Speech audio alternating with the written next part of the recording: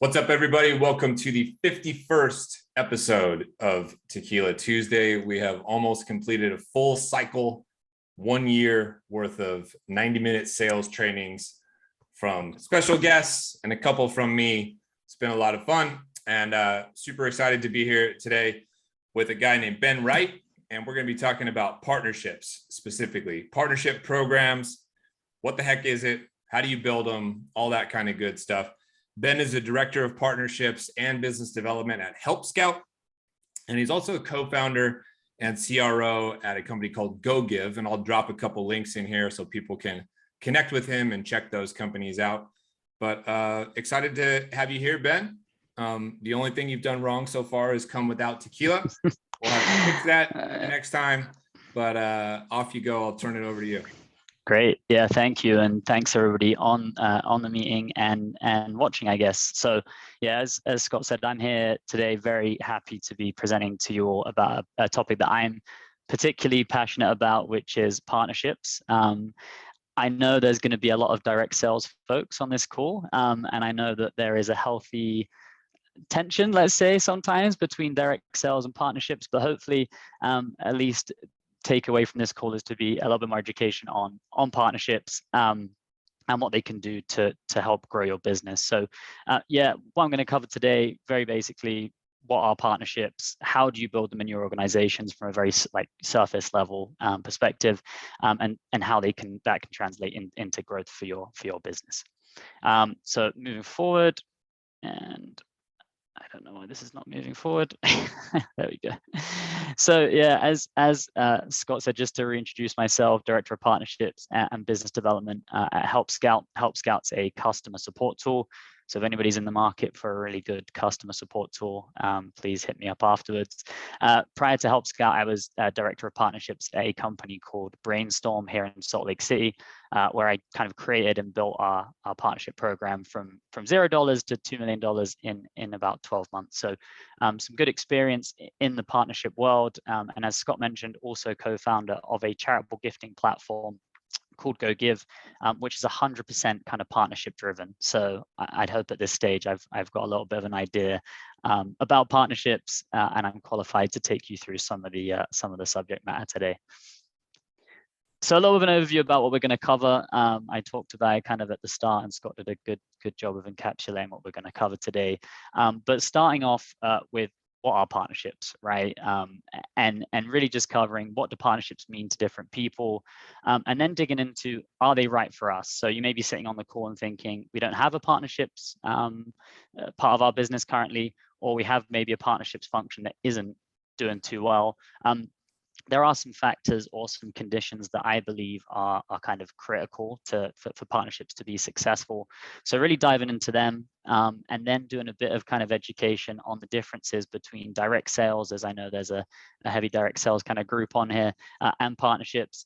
Then diving into how to actually build out a partnership program. If you're starting from square one and you're on this call, how do I go about building a partnership program? And some of the subject matter that I've listed out there.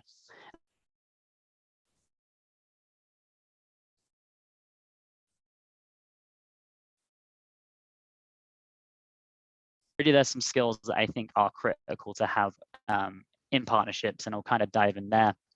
And then a final piece that I've put in more around like why now is the right time or the ideal time to build up partnerships. We'll dive into a little bit around market conditions that I'm sure everybody's aware of, and then a little bit about further education, and where you can learn more if this presentation kind of sparks questions and interest from everyone. Part one. What do we mean by partnerships? What do they mean? Like I said, they have a very different meaning for a lot of different people. They can be quite nuanced as well. And I searched kind of far and wide to find a quote which I really like to describe what partnerships mean. And I think this one from Savan Zapier is really good. So it's just to read this out to the group and then to dive into what this means to me. A partner program is a revenue channel that involves working with people or businesses outside of your company. So very basically put, and to distill down what I view as partnerships, it's indirect selling, right? That's what it means to me. Like I said, there's more nuance than just indirect selling. There's different channels, etc., which we'll dive into. But I thought this quote did a really good job at just really boiling it down to the basics, what does partnerships mean? And for me, it's indirect sales, working with other people or businesses outside of your company to sell your product.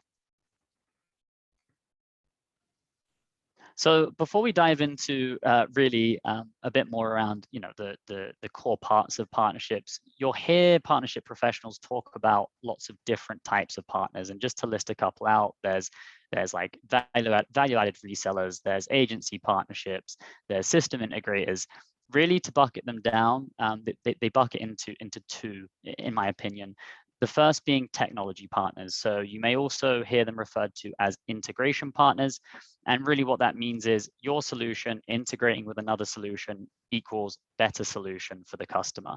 So we'll dive into a few examples later on in the presentation, but technology partners pretty much mean integration partners, where you've got a product or a solution, you integrate with somebody else to produce this better solution for your customer bases.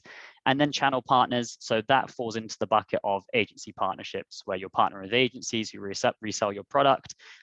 Value-added resellers, so there's a big ecosystem that's spun up around Salesforce that does implementations, etc. Those would be your channel partners. So very much there are two buckets, in my opinion, for partnerships: technology partners and then channel partners, and then some subcategories underneath. So now I like to get to this part of the presentation where we look at, okay, we have a base understanding of what partnerships are. We have a bit of an idea of what types of partnerships are out there. What should we really be considering in whether partnerships is a good go-to-market move for us as leaders? Is it time for us? So there's a few factors for me that you really need to nail down, or at least investigate, before taking the step of creating a partnership program at your organization. The first one, and perhaps the most critical one for me, if you are a sales or go-to-market leader, you need to have patience when building out a partnership program. Unlike direct sales, where there's a very instant kind of, lead comes in, you make the sale and there's revenue, partnerships take a little bit of time to create as an engine. So you're going to go out, you're going to recruit partners, you're going to activate partners. That may take honestly up to a year to start producing revenue with partners. Sometimes there needs to be patience to see the small little pieces of activity that's taken place in your partnership channel that will then lead to revenue. But really having patience is perhaps the most critical for senior leadership to have when creating a partnership channel. The second piece for me is a robust sales process internally. If you imagine your direct sales team, if they aren't sure how to sell your product and you don't have a sales process outlined, how are you then going to go out and train or teach a partner organization or a partner sales team to then resell your product? So for me, you really need to have that nailed down internally prior to going out recruiting partners and getting them to sell for you.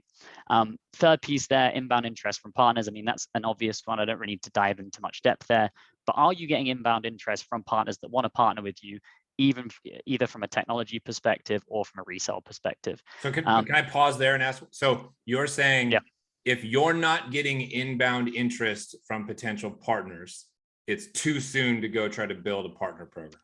No, I think that's just an indicator that it's an opportune time, so to speak. Like if you're getting that inbound interest from partners, that's probably a good sign. If you're not thinking about partners correct. Yeah, exactly. I wouldn't say it's like don't do it if you're not getting this, because certainly there's promotion you can do and outbound recruitment. But it's definitely an indicator that maybe the time is right to go and partner. Cool. Yeah, and then I guess the fourth one there, partnerships are a big thing. They take the whole organization to muck in. You need, marketing resources, you need direct sales to be on board when they help with cross-selling, etc. So having cross-functional resources and support available to you as a partnership team is super critical as well. So it's not just you in isolation. It takes a lot of different parts of your organization to really get a partnership channel up and running. And then having a somewhat mature product, I think, again, it goes back to the robust sales process. If you're not sure about product market fit, it's going to be very difficult then for your for your partner team to go out and sell. And then TAM metrics. What I mean by that is when you're recruiting a partner, being very focused on, okay, do they sell into the same ICP? Does a TAM exist with that partner for us to go to market together? So those are just some indicators for me that I look at personally when going out and starting to think, is it time for us to create a partnership channel? So moving into this is a little bit of pros and cons, but also I guess, looks at a little bit of a difference between indirect selling and direct selling, and really shows you, I guess, where the differences lie. So pros on the left-hand side, lower cost of acquisition. Again, we'll get into this a little bit later in the presentation, but especially now where market conditions are starting to change, and companies are trying to save money and resources. If you think about a partnership or channel sales strategy, what you have, and I'll use an example in a previous role. When I was at Brainstorm, I was a single partner manager handling our MSP type relationships, and I brought in $2 million of revenue for our business, right?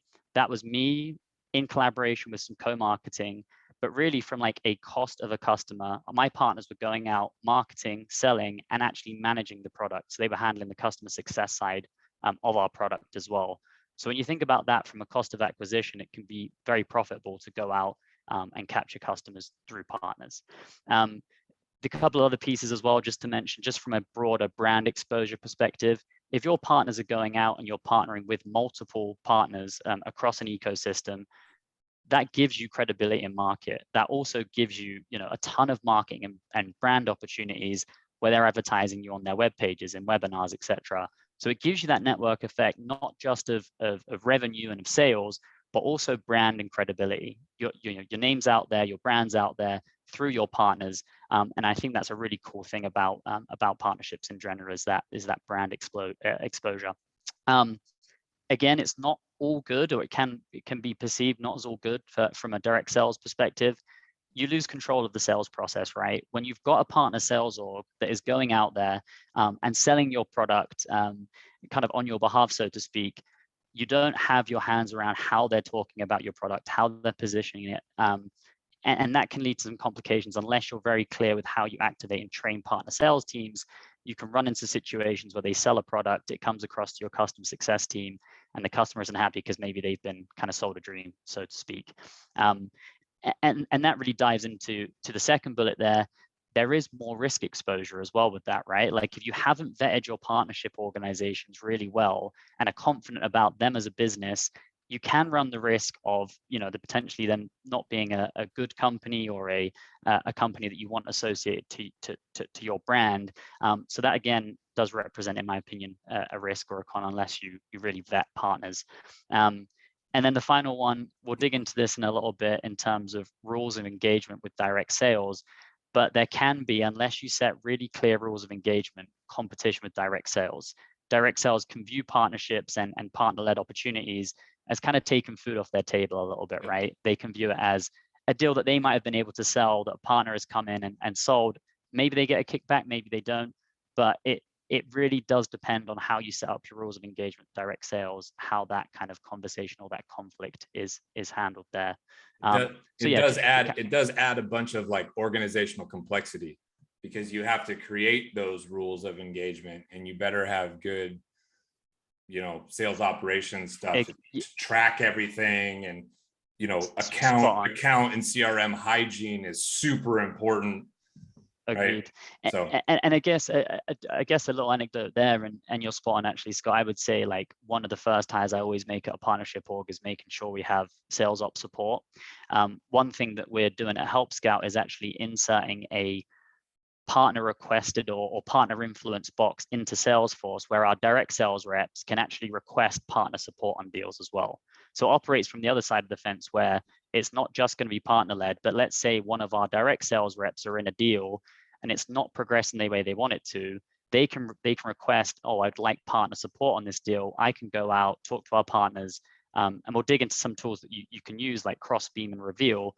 But I can see which one of my partners maybe has that prospect as a customer, and actually support them with information to close that deal. So I think, to your point, Scott, getting operationally set is definitely one, but also building the relationship between direct sales and partners is super important as well. And that's something that we're trying to do at Help Scout at the moment. So it's a great point.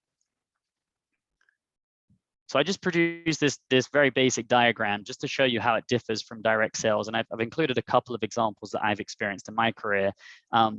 Very simple, but just talking you through what each one of these shapes means. So this is marketing, sales, and then customer success. Stereotypically, and again, I've done this down, I know, but marketing will bring in a lead, direct sales will sell the lead, and then customer success will take on management of the account. Giving marketing a lot of credit there, Ben. I am. Huge amount. Huge amount. But again, simplify it down, right? That's I guess the simplest way of putting it. A referral partner, right? Like it differs. The white now is the partnership org.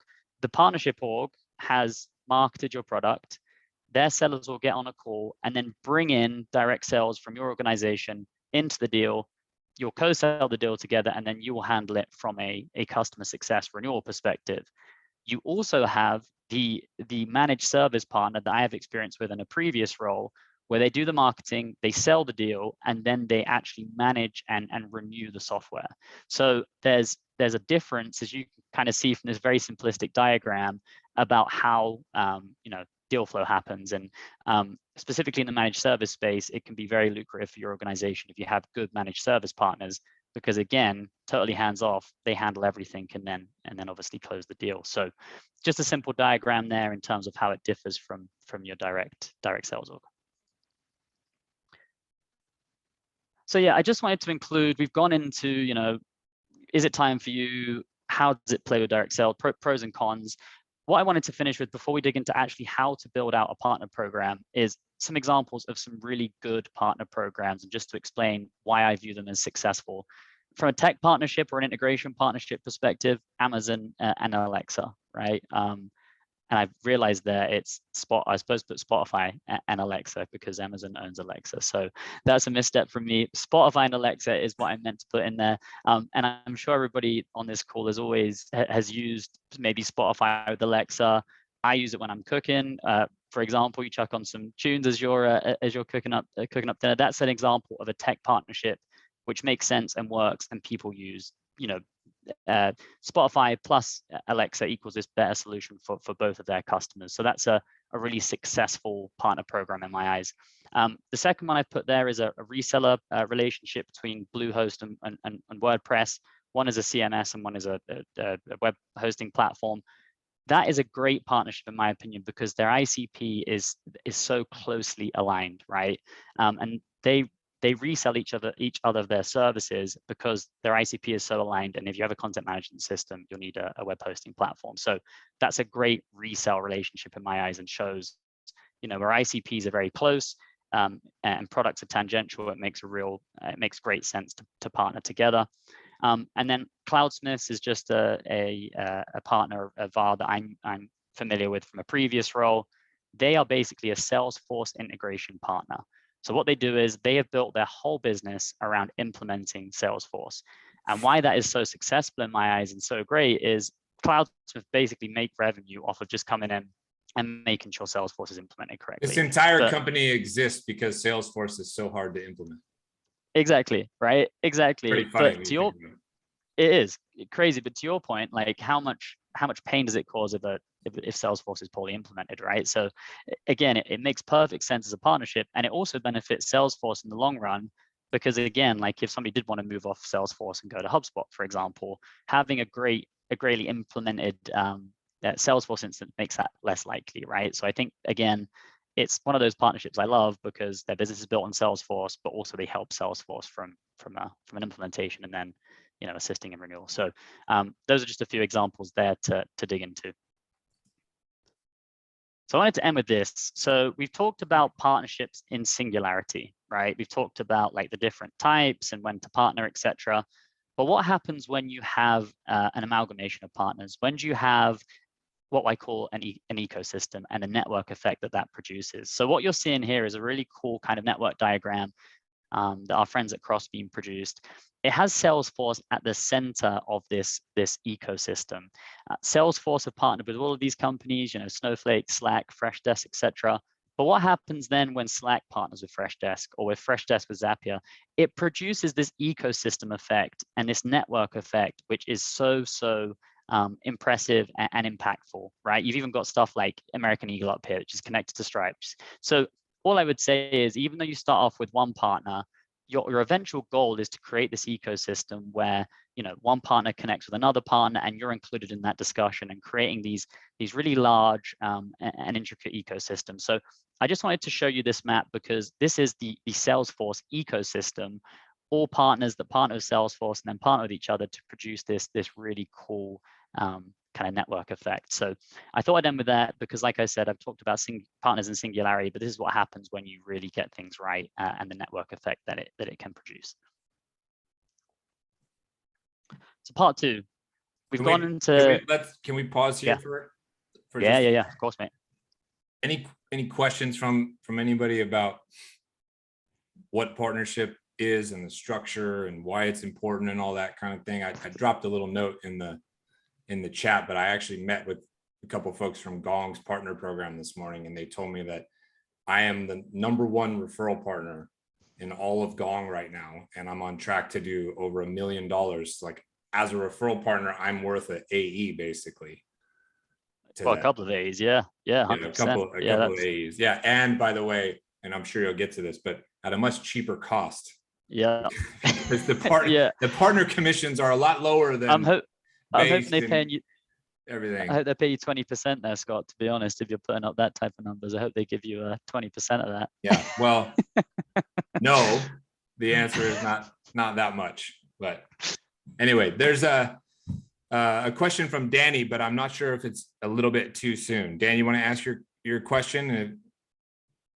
Yeah, thanks.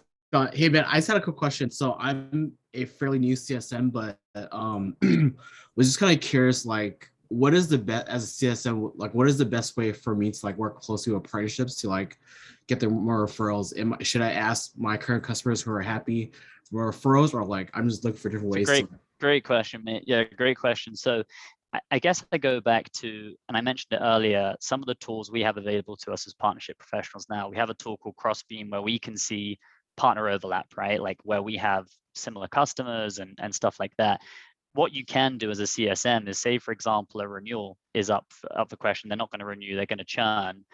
Similarly to the way that I recommend our direct sales reps reach out to the partnership team when they need help on a prospective deal, you should be doing the same from a customer success perspective, right? Like if you're finding a renewal particularly difficult, I would encourage you reach out to your partnership team and see if they've got a partner that works with them, right? And that can come in and maybe influence that renewal. The second thing that I would say goes back to technology or integration partners. If you have got a technology partnership team where you're currently at, and apologies, I don't know which company you're at, but I presume you have a technology partnership program, find out from your customers, make it part of your talk track. What integrations do you use? What other piece of technology outside of our software? And figure out if there's a technology play there, right? Where like I said earlier, your product plus an integration partner might equal this better experience for the customer. They get more value out of your software. You make the partner happy. So it's a great question, but like I said, I think now we have tools available that can really help you influence renewals just as much as direct sales reps can have partners support on direct deals as well. Cool. Thank you so much. Appreciate it. Cool. Any more? Or are we good to proceed? Go for it, Ben. Cool. All right, sweet. So you've made the decision, you've gone through some of the criteria that we discussed earlier around, okay, it's time for me. I think we're going to go ahead and create a partner program. What is the first thing that you should do when creating a partner program? In a similar way that marketing has an ICP, so an ideal customer profile that they market to, you need to create what I like to call an ideal partner profile, which really is what is the type of partner that we're going to go after and prioritize from a recruitment perspective. There's a few things you can do to build this out, but really I've distilled it down to 4 kind of key points. The first one being alignment. I mentioned ICP earlier.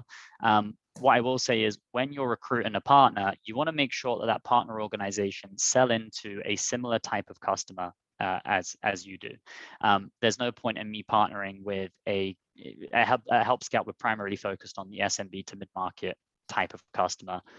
There really isn't a play or not an initial play for me to go and partner with orgs that just sell into enterprise organizations, right? So aligning with your ICP is really really important. Similarly, a complementary vertical, I can guess that goes into a similar type of discussion. But who else do they partner with? So showing you that ecosystem map of Salesforce earlier and how they all interconnect. Is there tangential partners that they partner with that also are of a good fit for you from an ICP perspective? The second piece, and I talked about vetting partners really closely because, as I said, you use control of the sales process and marketing and all that kind of stuff. Are they a stable partner? Meaning that, like, are they trustworthy? What is their reputation like? How old are they? How old, I mean, doesn't matter as much because there's a lot of startups out there, but do some vetting on like what their reputation is like in the market. Do you trust them going out and promoting on your product or selling your product? And then a couple other pieces, commitment, also really important. One of the things that we have in our partnership agreement at Help Scout is every new technology partner has to make a commitment to introduce us to one new customer. That is a prerequisite for joining our program. One new customer per year, or just ever? Per year, correct, per year. Yeah, so each new year that they're a partner of us, they have to make a commitment to introduce us to a net new customer. Now, that might not seem like a crazy lift, but you'd be surprised at the amount of partners that balk at that simple action. What that says to me is, if they're not prepared to introduce us to one customer, how is that going to work moving forward, right? That's a very low bar in my opinion. And again, we've got tools to show like customers that they can introduce us to. So for me, having some type of commitment is really, really important to make sure that they're gonna partner with you in the right way. And other pieces we've got in there, will they co-market, etc. Again, shows signs that they're willing to invest in their partnership. Because again, we're going to assign a partnership manager to them. We're going to put time and resources into this partnership. I want to make sure that they're willing to commit to the same thing. So that's something I like to put in our partnership agreements. And then finally, can they sell, right? Have they sold SaaS products before, or are they willing to train and learn? So if it's a company that's never sold SaaS before, and they're not willing to learn, how are they ever going to sell your product? You're not going to get any revenue for them, right? I know it seems really simple, but I've been in partnership, I've talked to partnership professionals that just sign up every single type of partner and then suddenly realize, well, they're not producing revenue. And, it's pretty obvious. Not much different than just like throwing everything against the wall and seeing what. Precisely. Same type of approach, right? You wouldn't do that if you were signing up direct sales. You would go after your ICP. Yeah, exactly. Same exactly philosophy. that. Yeah. It's just like going to do an outbound email campaign on outreach and just putting every vertical in, right? And just seeing what comes back. Like if you go with that, you're going to waste a lot of time and energy on partners that aren't going to deliver revenue. So yeah, that's a little bit around ideal partner profile and really step one when you want to go ahead and start creating a partnership program. Once you have defined your partnership profile, this is the type of partner we want to go out to. You have to start recruiting, right? Again, very simple. If you're a large company, you mentioned Gong earlier, Scott, HubSpot, etc., you'll get a ton of inbound lead generation. We're not all that lucky. We're not all on the same plane as Gong and some other large SaaS companies. So how do you actually go out and start to recruit the partners that you feel are a good fit for you? Well, firstly, I mentioned it earlier, inbound leads is a way to get partners. Add a partner page to your website, insert a sign-up form, or even add in a marketplace, right? Just a few ideas around how you can encourage or at least advertise the fact that you have a partnership program to external companies. The second piece is outbound lead generation.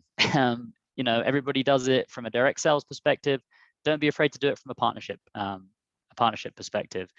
Reach out on LinkedIn. I mean, LinkedIn is a fantastic tool. I know we're all advocates of it here, but you can find pretty quickly who is head of partnerships at X company, send them some outbound lead generation. And guess what? Actually, a partnership outreach message is far better received than a direct sales message when you're trying to pitch somebody. Because actually, your message should be, I think that we've got a great partnership opportunity between us, which is going to provide both of us value. Let's jump on a call. It's far more compelling than I've got a customer support tool, you need it. However that looks, right? It's a softer approach to outbound, but I still encourage it. What kind of conversion metrics would you expect with that kind of campaign versus a traditional kind of sales campaign? So you're saying that it's people are more receptive. Are we talking about like 2 times as receptive, 10 times as receptive? I would say 10 times. So just to give Really? you anecdotal feedback, we've just started to build out our technology partnership program. We're being very selective about which partners we kind of go after first to fill out gaps in our product. So I've sent out about 20 LinkedIn messages, and I've done it on LinkedIn, and I've received 17 responses. So just to give you an idea, I mean, find me any kind of outbound email campaign that does that, and you'd be happy, right? There isn't one. Yeah, exactly right. We'd be millionaires if we had it. So multi-millionaires. So what I would say with that is it's far softer from an outbound perspective. As long as, I mean, the same rules apply. You still need to show the value, the reason why you want to partner, and why a partnership is going to be valid, right? You still need to put the value statement in, but it's a lot softer because you're providing value from both sides. So yeah, that's a little bit about outbound lead gen. And then conferences, they've started to come back. I love attending conferences. Went to one last week in Philadelphia.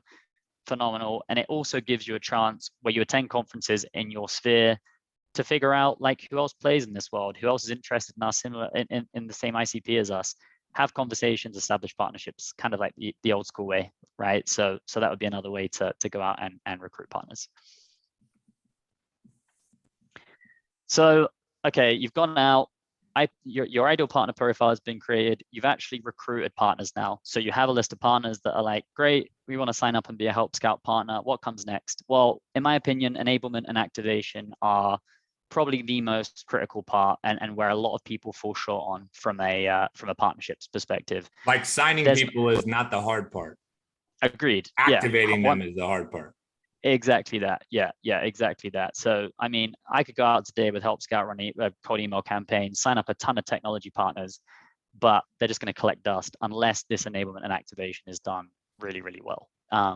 So again, there's a lot to this, and happy to have these conversations offline with how we can dig into each one of these, but just very high level, how can you enable a partner and how's the best way to enable? So training. It goes without saying, but you have to train your partners on your product.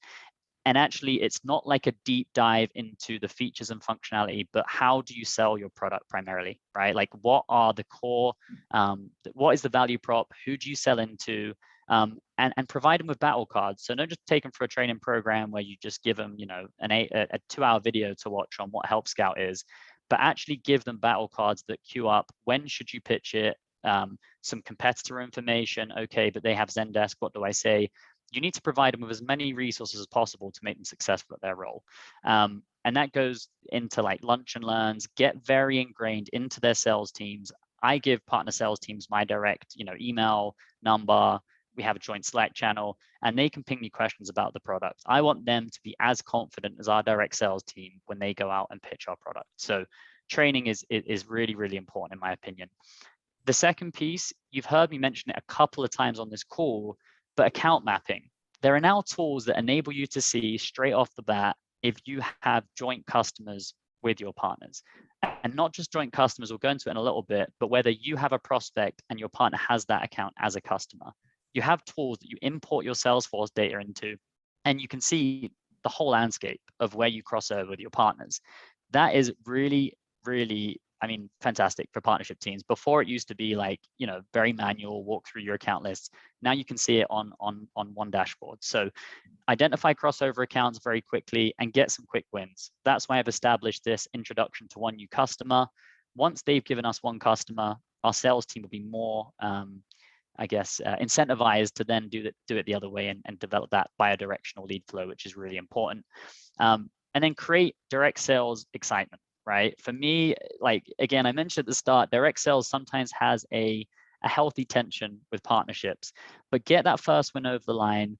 Let's add that custom field to Salesforce where they can request partner help. Like I said earlier, let's set up a joint Slack channel with our sales team and their sales team if you want. You can go into that in more depth, but get them to interact and then spiff them. Right. We'll dig into some of the comp kind of discussion pieces in a minute.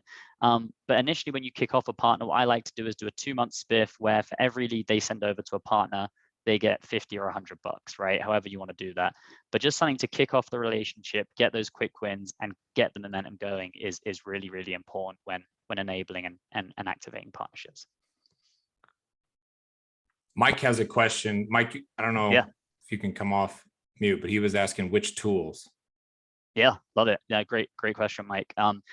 So there's two primary tools in the market at the moment. One is called Crossbeam, and one is called Reveal. And again, to give you the skinny on both of them, Crossbeam is a lot better in North America. They have the power of these tools transparently is how many companies are signed up for them, if that makes sense. Because if they're not signed up and you partner with somebody and they're not a Crossbeam customer, you don't have that account mapping capability.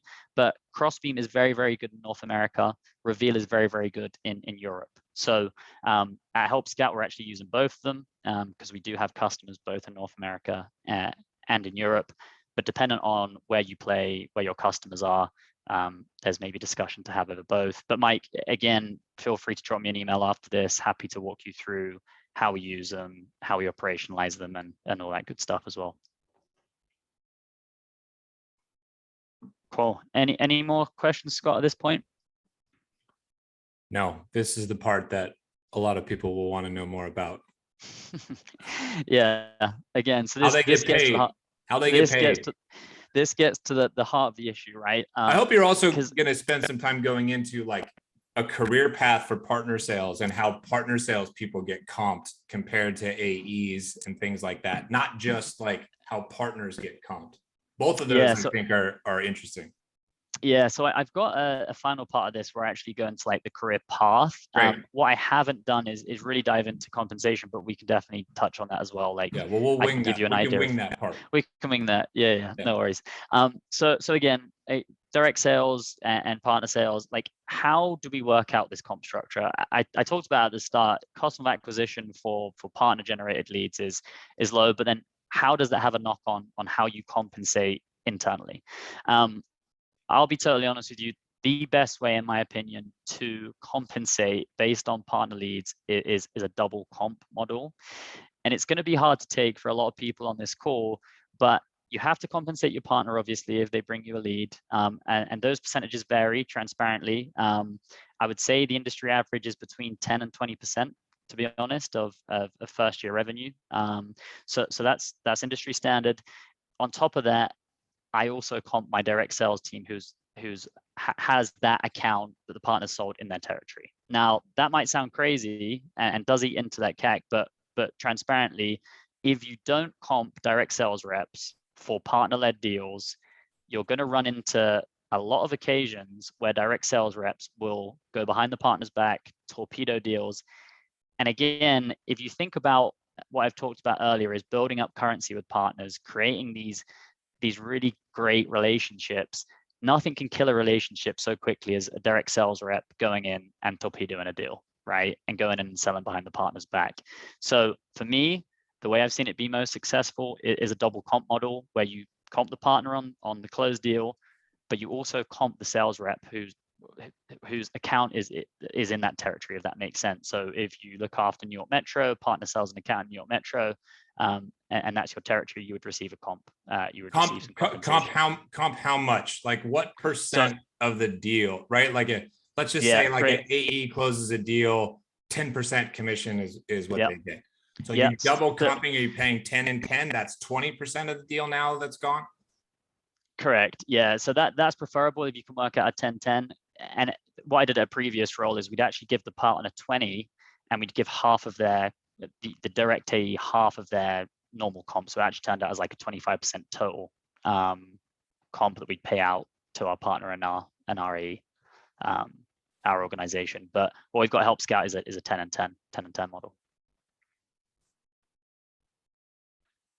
Any more questions on this? I know this is probably a topic which is gonna kind of create some conversation here. But like I said, I think, to be totally honest with you, even though it would be great to say like AEs are just going to do this from the goodness of their heart, they're going to co-sell, they're going to bring partners into deals, and great if they do. But for me, I've always found these occasions where if you don't double comp, there's going to be issues. So talk to us about how you convince the powers that be that sit above you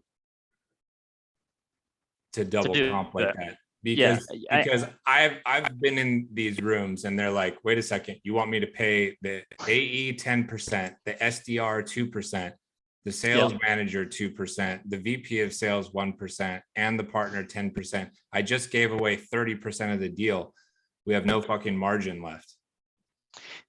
I would, again, I guess, revert back to what I said about earlier about that that lead flow, right? Where a lot of the time you aren't paying for the marketing, you aren't paying for the SDR a lot of the time with these partner-led deals, right? So there is money to be given in those situations, in my opinion, right? Like in a direct sales deal, you already have a pretty hefty, sum of money that's being attributed to, let's just do marketing as a big bubble, the SDR, the customer success manager in some cases, right? Like I said with MSPs, where they actually manage the deal afterwards. There's a lot of revenue that you're actually getting back from going through partners as well. So that's all I would say is, like, when I'm in those rooms, show me like how much money you're spending, or how much is the cost of a deal all up, right? Or a cost of a lead. And then let's work that out. Because honestly, a lot of the time you still find that double comping is cheaper than going the other way.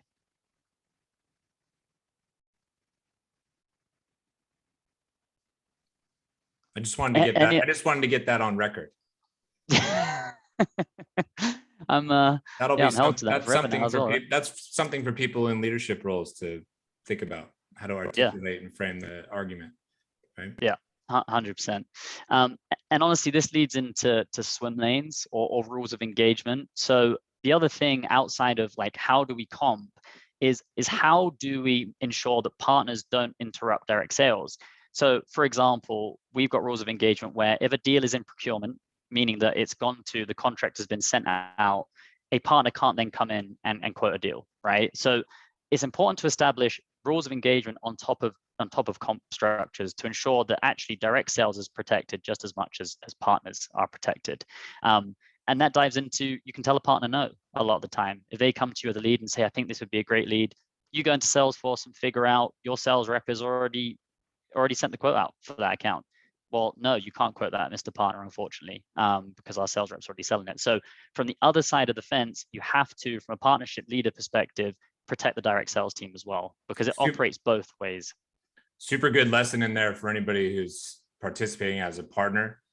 Submit the lead ASAP. Great. The moment that it comes your way, submit that shit. Get it in there.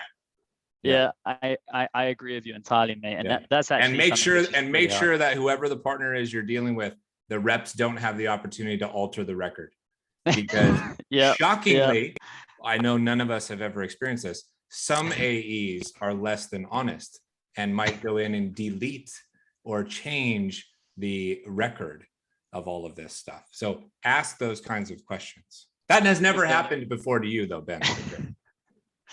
It has, surprisingly, and what we've actually done is add it's like a banner that goes above the Salesforce record where a lead has been submitted from a partner to say this is a partner registered lead in pretty bold letters, and you can't delete that. So I would say that we've got that kind of figured out now, at least, where they can't go in and delete records, but it has happened in the past. So that's a good bit of context there, Scott, and I'm sure it hasn't happened to you either. So no, never. It's good to hear everybody's honest. And then the final piece actually gets to what you said earlier, Scott, around leadership buy-in, right?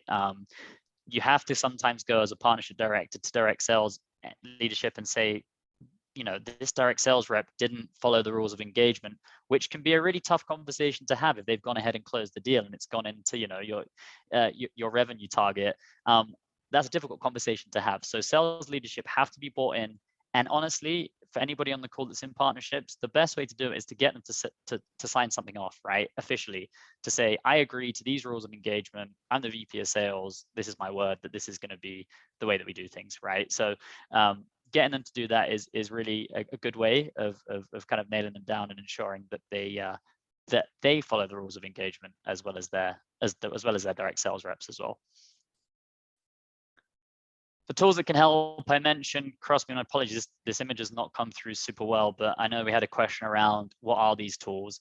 This is just a very brief screenshot from Crossbeam, which shows you what the dashboard can look like when you integrate. So you integrate Salesforce into Crossbeam. Your partner integrates their Salesforce into Crossbeam.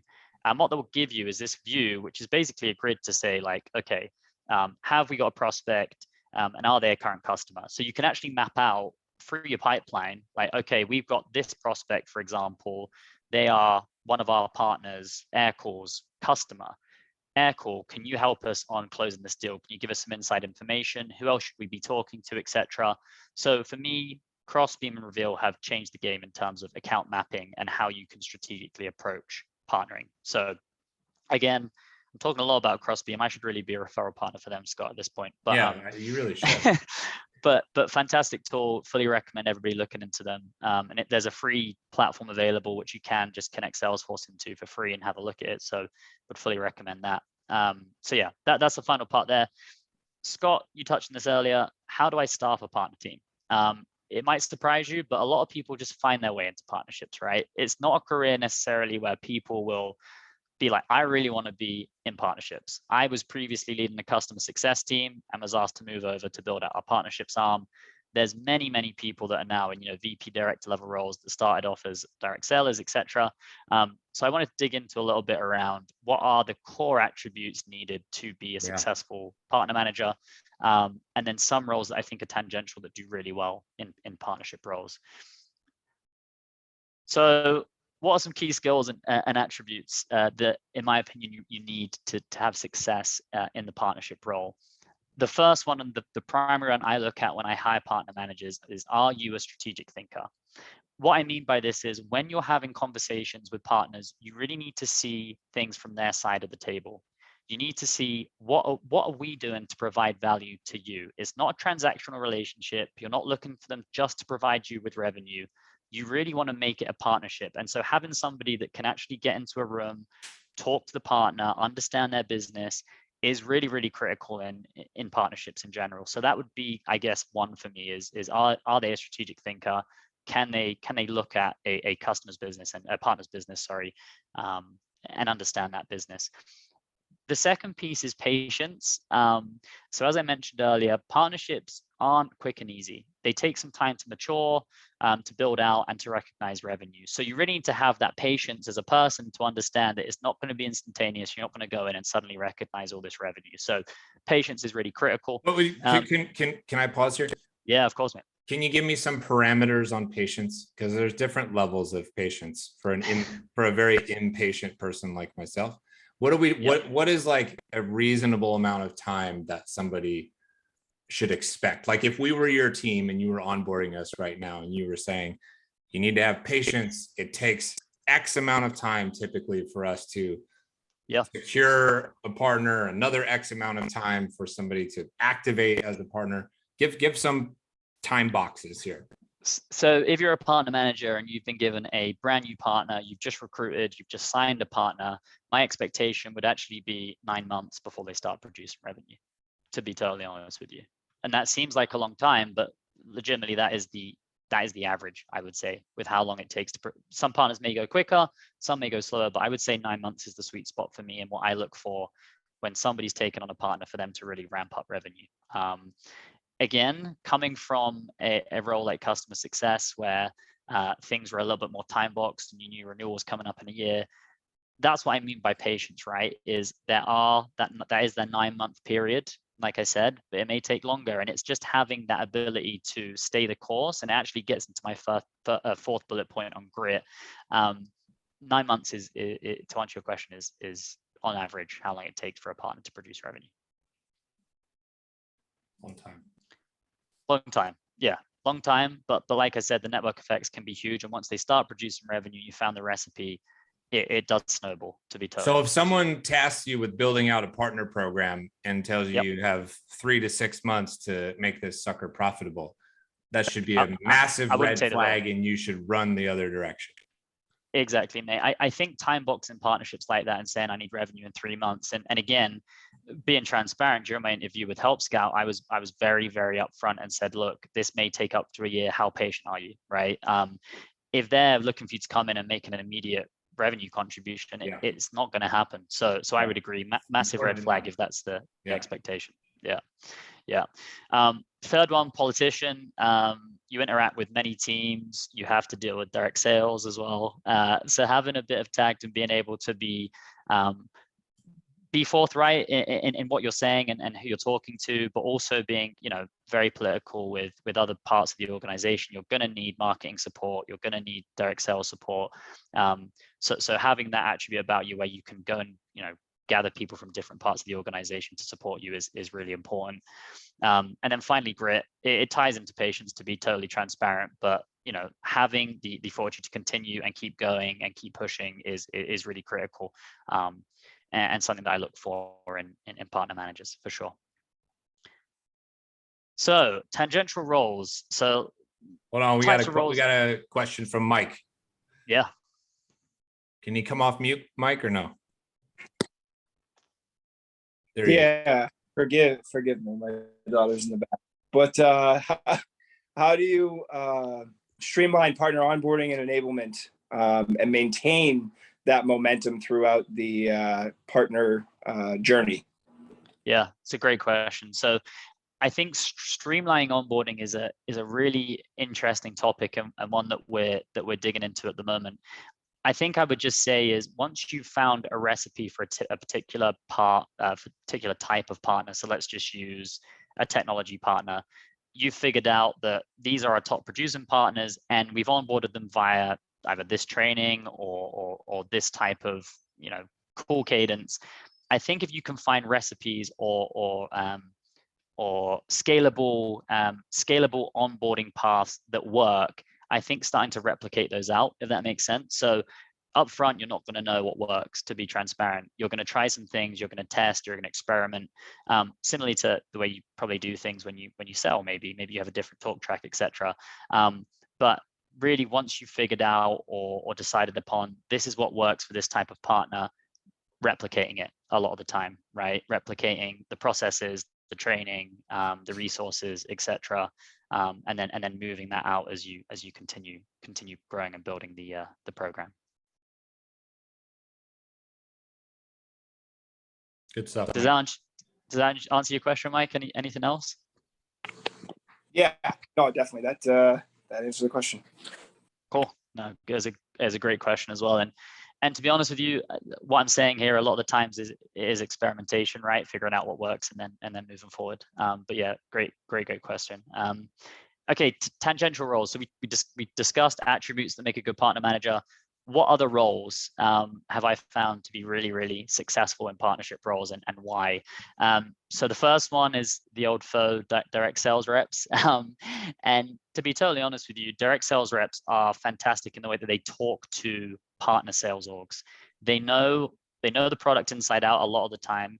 They also know what sales reps care about, right? A lot of the time, the commission, all that kind of stuff, right? That some other people don't necessarily care about, or at least admit to caring about. So they make good partnership managers. Again, on the negative side, sometimes they don't have the patience. But what I would say is, from an activation of a partner sales or direct sales reps are phenomenal, second to none in terms of how they can speak to partner sales organizations. The second role, really, really good. I came from customer success, so I'm biased. But in customer success, you know about offering value to the customer. So you know that you need to say that why your product matters and why it should matter to the customer.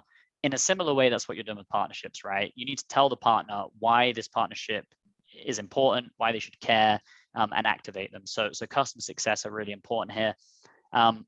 Marketing. There's an element of co-marketing which is integral to partnerships.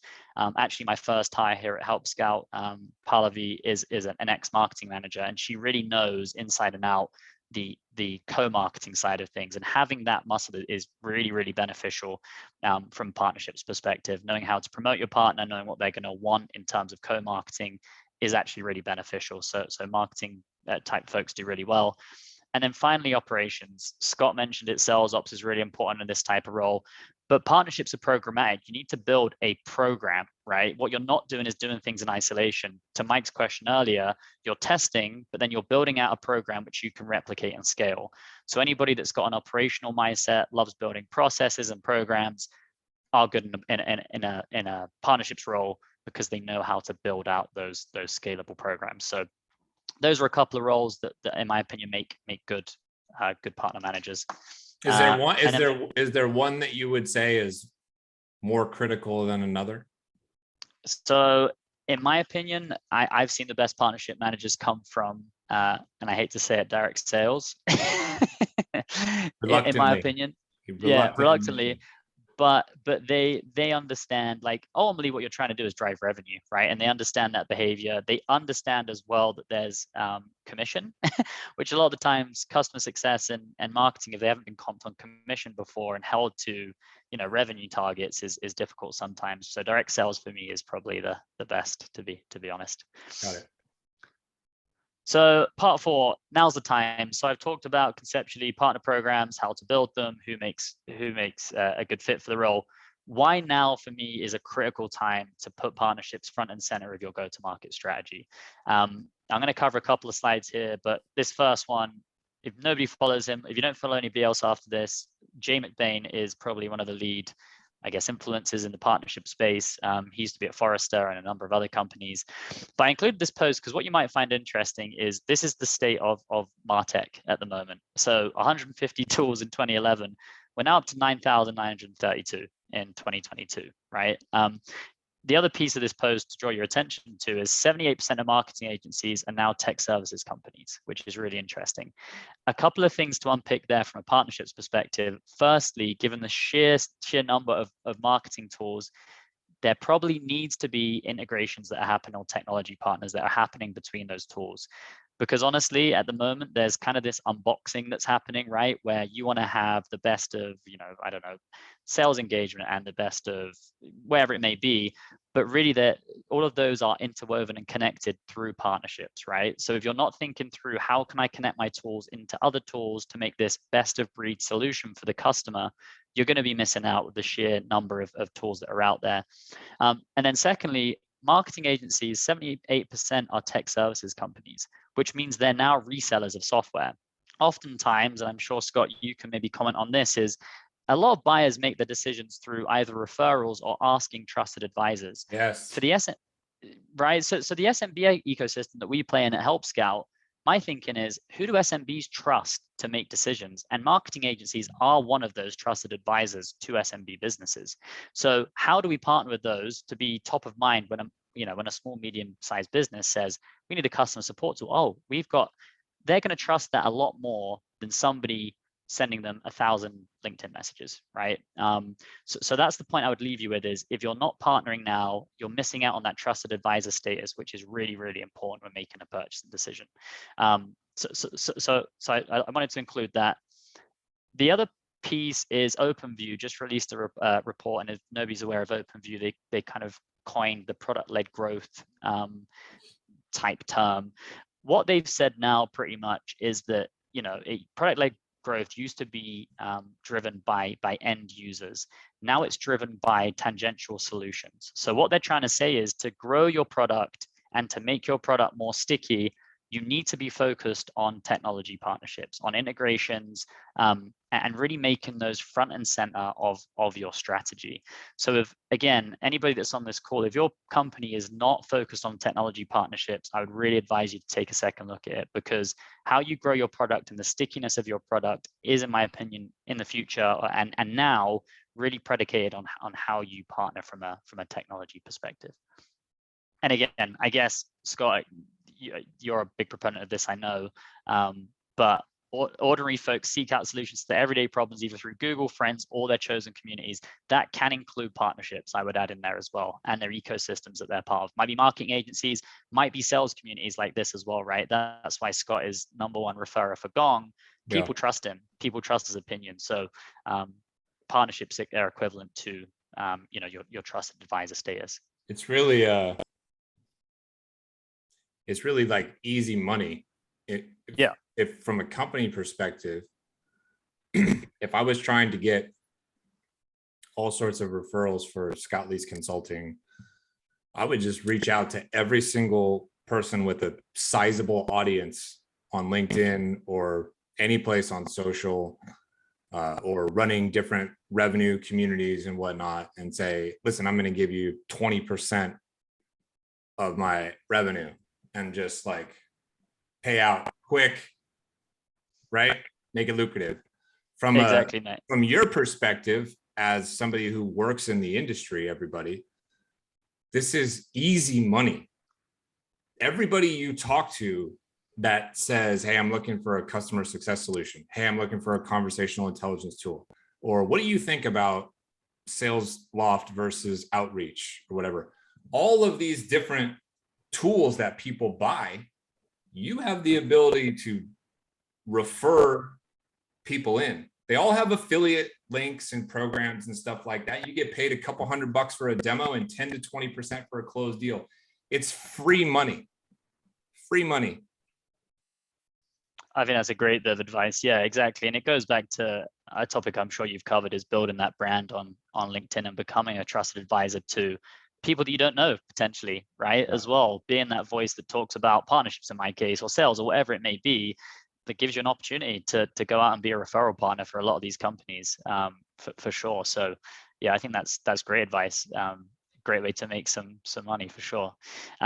Final slide then, and I've gone over, so apologies here, but just finally, why partnerships are critical to success in this environment that we're in right now. A lot of anxiety. I'm sure everybody's seen on LinkedIn. There's layoffs happening every day, seemingly. I know Klarna just laid off some people, and ClickUp and other companies are starting to let people go. Why are partnerships, or why can partnerships be so critical in this environment? Well, firstly, what I will say is, and I've mentioned it earlier, there's little upfront investment to kicking off a partnership program.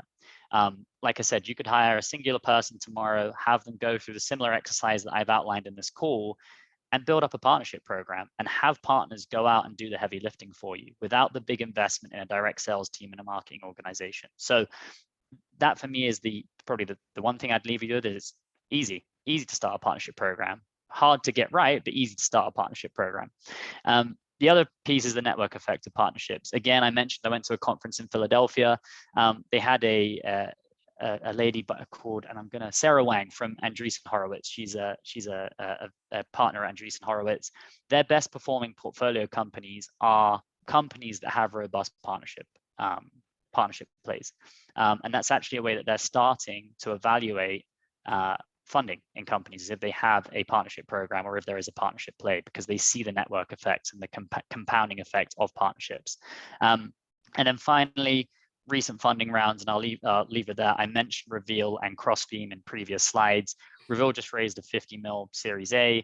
Crossbeam, I think, again, raised a 30 mil Series B, both picking up substantial revenue because there is a play, and I really see partnerships becoming, front and center of revenue strategy for a lot of companies. So I'll leave you with that. I'll stop sharing. I know I've gone a bit over, and hopefully I've still got some people on. I haven't bored them, but happy to take some questions there. Talk a little bit about the career path of a seller. So somebody is in direct sales right now or in customer success, and they make X amount. What could somebody expect to earn who moved into partnership sales? Yeah, and I can give you an overview of, and I can give you hard numbers, to be totally honest. So a partner development manager, base level, who I've just hired at Help Scout, you're looking at 115 base, and then an additional 20% to be earned in commission. So that's kind of where you're at from a partnership development manager. And then that goes up, obviously, as you go to senior. You're probably earning 140 base, I'd imagine. That's how we pay at Help Scout, at least. And then director level, some more again. So that should give you at least an indication of lucrative. Maybe is not much commission to be made, but from a base perspective, I would say it's fairly good. Yeah. What about some tactical sales skills to develop that are a little bit different than a tactical sales skill for direct selling? Yeah, it's a really good question, mate. And I think I go back to what I mentioned as one of like the key attributes for somebody that I'd look for in a partnership manager, and that's the strategic thinking piece. And I hate to say that, because direct sellers are definitely strategic as well, but it takes more of a look at how do I provide continuous value to this partner, right? In customer success, they do that a lot. Like, how do I provide value from a product perspective? But from a revenue perspective, once direct sales sells a deal and you make the commission, your time of showing value to the customer is kind of done. With partnerships, that is ongoing all the time, right? Continuous. So that's what I would say there. Yeah, that would be probably, I guess, the key thing is you need to shift your mindset from a singular transaction to a continuous continuous transaction, right? Scott, also, I did miss out a slide here, but I had a slide on where you can go to find out more as well. Some good influences in the pit. And I say that because I see Adam has joined the call. But there's some great people in the partnership space that are doing some good things. So you've got Adam's actually fantastic, a lot of good content. A guy called Will Taylor, who used to be at Mailshake, now at a company called Partner Hacker. Communities like Partnership Leaders, very similar to Rev Genius and communities like that, but singularly focused on the partnership space. And then several podcasts and stuff, and I can pop them in the chat afterwards, Scott, and have them for the group. But I'd be remiss not to call out Adam because he's sat there in my eye line now. Any questions for Ben before we wrap up tonight? Anything from you, Adam, since you're in the space? Oh, I can always nerd out on partnership stuff. One thing that might be a little controversial that there's some different opinions on is the idea in sales where you want to get to yes or no and move on, right? Like, we're here to hunt, we're not here to farm, we're not here to mess around. I don't want that maybe. There's differing opinions on that in partnerships. So really for you, Ben, how do you feel about that? Get to the yes or no versus in partnerships, just avoiding the no, the retreat for the longer term, this play on patience. Yeah, it's a fantastic question. And to be honest with you, I think showing you how I've set up or at least mentioning it at Help Scout, where there needs to be action or at least a move towards action for them to even become a partner, I think for me is the bare minimum. And I wouldn't call it a yes, it's a maybe at that point, right? Like, maybe they're going to be a good partner, but that initial step of, yeah, I am going to commit to introducing you to a new customer, for me moves them from being like a no, if that makes sense. Like, I need to have a requirement or some type of valuation criteria straight up front, which makes them, because there'll be a no if they don't introduce me to a customer, they're a no, right? So I'm an advocate for having some type of requirement or type of I don't know, evaluation criteria up front when they join a partnership program. But it's a phenomenal question, and again, that's constantly assessed, right? Scott made the point. Do you do that every year? Yes, I do. Like, I do that every single year. It's not just a one and done. It's a continuous assessment, I would say, on value. And as you talk about the ramping up, so they have got to get to the one referral within the first year. I do something similar. Are you measuring activation engagement along the way, like stage gates that that they're progressing along ahead of that, so that a quarter in, 2 quarters in, if you can give them a grade, are they going to make it? Are they not? Are they worth your time? Are they not? Yeah, the activation gating is a great one. And again, it goes into that training piece as well, right? Like, if they don't train, if they don't go in and complete the training, they don't schedule a regular call with me or one of my partner managers, at that point, that's trending in the wrong direction, if that makes sense. Like, for me, I know at that point, if they're not regularly scheduling calls, they haven't done their training, likelihood is they're not going to be a fantastic partner moving forward. So yeah, the gating piece is really important, in my opinion, and ensuring that we're tracking that along the way. But yeah, another phenomenal point, like having goalposts, I think, for sure is really important, and tracking those, definitely. Right on. Anybody else? Any last words for us, Ben? Thanks for spending some time with us, man. No, it's been a pleasure. Thanks for having me on. And like I said, if anybody wants to get in contact, chat some more about partnerships, feel free to reach out on LinkedIn. Always happy to chat. All right, y'all. We will see you next week on Tequila Tuesday. I gotta go. It's time for me to watch the Golden State Warriors eliminate the Dallas Mavericks. Good night, everybody. See you later, everyone. Cheers. Bye-bye.